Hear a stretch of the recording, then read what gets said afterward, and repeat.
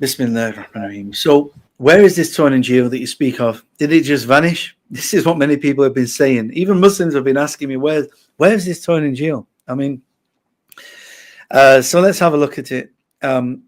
First of all, we have to acknowledge that the historical record is incomplete, right? Absence of evidence is not evidence of absence, okay? If this is the case, then Christians have got an issue. They've got a big problem because, we don't have evidence of the tablets of Moses, the Paul's missing letters, Jesus's oral traditions, the books mentioned in the Old Testament that are missing. We don't even have physical copies of the original copies of Matthew, Mark, Luke, and John. Okay, so, we have to understand that this kind of method of only accepting physical copies of something is an overly skeptical methodology. That's not a realistic methodology. So from a Muslim perspective, we must also acknowledge that we also don't use this method. Christians are tricking you into thinking, because you don't have physical copies of this Torah Injeel, that it never existed. No. Did the prophet's ring exist? The prophet had a ring. How do you know he had a ring? Because the hadith tells us. Just because we don't have the ring, it doesn't mean it doesn't exist. The staff of Musa, the tablets of Musa, do we affirm them as Muslims? Yes. Do we have physical copies of them? No. What do we have? We have wahi from Allah. We have Quran telling us about the staff of Musa, the tablets of Musa. What do we have regarding the ring of the Prophet? We have the hadith that tells us about this. So, Bismillah. Where have we gone? Sorry about that. So this is a ridiculous claim. What was that comment? I missed it then. What did he say? No, it was Brother Yemeni just giving salams. Oh, walaikum salam, Yemeni. Hope to see you on here later, inshallah. Inshallah. So this is so important that the historical record is incomplete, right? And this is not a valid methodology and the Christians themselves don't accept this methodology, okay? Now, is it really absence of evidence, though? No, it's not.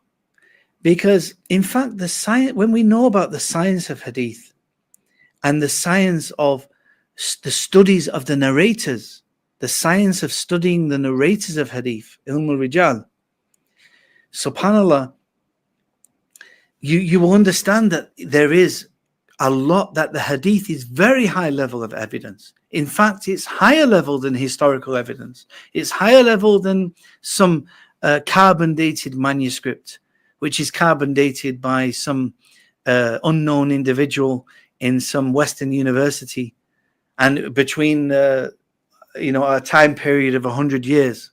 And a lot of the time, the carbon dating can't even test the ink. A lot of the time, they're testing the paper.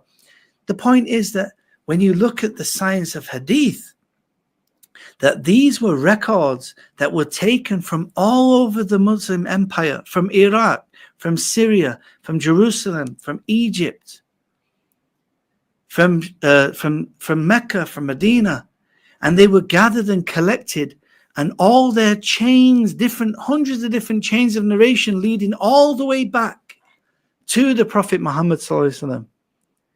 Multiple chains.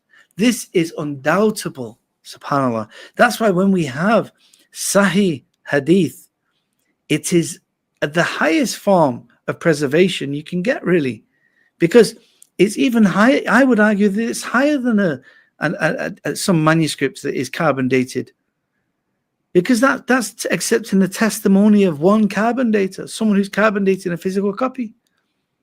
Whereas we've got multiple chains of narration. So those who believe that many things, the point is there's many things that we believe without physical evidence, historical evidence is enough to know something. This is a hyper unrealistic skeptical view of history if we only accept physical objects as evidence, and it's not realistic. Christians cannot do that themselves. They're just requiring a higher burden of proof when it comes to Islam, because they don't want to accept. They want to create barriers for accepting Islam. They want to create unnecessary barriers for people leaving Christianity and accepting Islam. And to the average Joe, he's going to get confused and think, oh, they don't have evidence. No, we do have evidence. Hadith are a very strong evidence, higher than the historical record. And this claim of having something physical is not even a valid claim in the first place. So I hope that's answered that point.